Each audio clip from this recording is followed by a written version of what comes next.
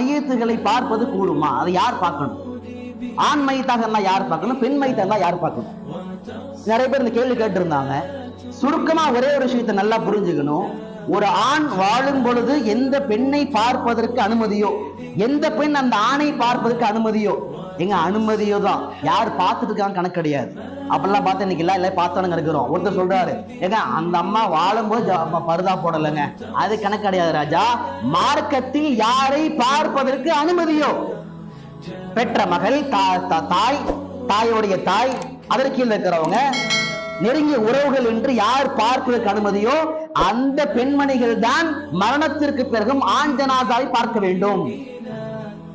பெண்களை ஃபுல்லா வரிசையில் நிப்பாட்டுறது எங்க இருக்குது? ஹதீஸ்கள்ல, ரிவாயத்துல எங்க இருக்குது? ஒரு ஆண் ஜனாசாவை பெண்கள் பார்ப்பதற்கு அனுமதிக்கப்பட்ட விஷயமா? கூடாது. அதை சொல்லணும் வாய் திறந்து. பார்க்க உடனே கோச்சிக்குவாங்க. எங்க இங்க கோபித்துக் கொள்வதும் வருத்தம் என்பதும் அல்லாஹ் ரசூலுடைய வருத்தம் மட்டும்தான் வருத்தம். அவன் கோச்சிக்குவான், இவன் கோச்சிக்குவான்னா நான் முஸ்லீமே கிடையாது.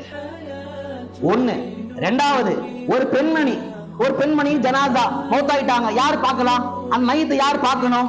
அந்த பெண் உயிரோடு இருக்கின்ற பொழுது எந்த ஆண் பார்ப்பதற்கு அனுமதியோ, கணவனோ தந்தையோ மகனோ தாத்தாவோ பேரனோ அல்லது பெரியபாவோ சின்னத்தாவோ சின்னம்மாவோ, அந்த பெண் உயிரோடு இருக்கின்ற பொழுது யார் பார்ப்பதற்கு அனுமதியோ அவர்கள் தான் பார்க்கணும்.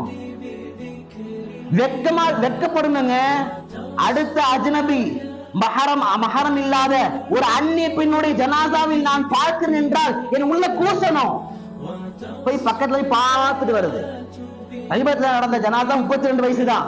யார் கொடுத்த அனுமதி பார்ப்பதற்கு? யார் கொடுத்தது? இஸ்லாம். ஏன் தடுக்கவில்லை? எல்லா அஜித்தை பயன் பண்ணுவாரா? ஏன் நாம் வாய் திறக்க மாட்டோம் அதை பற்றி எல்லாம்? அவர் கோச்சுக்கு வாருங்க, பார்க்க உடனே கோச்சுக்கு வாருங்க, கோபித்து கொள்ளட்டுங்க. என்னைக்கு அல்லாஹ் ரசூலை முற்படுத்த போறோம் முன்னாடி?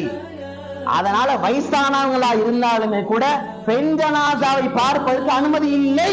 இல்லனா இல்லத்தான். அல்லாஹ்வுடைய கட்டளை, ரசூலுல்லாஹ்வுடைய கட்டளை என்றால் நாங்க பின்பற்றுவோம். அது தவறு என்றால் தவறு என்று சொல்லுவோம். தவறுன்னு சொல்ல பழகுங்க முதல்ல. ஒண்ணு.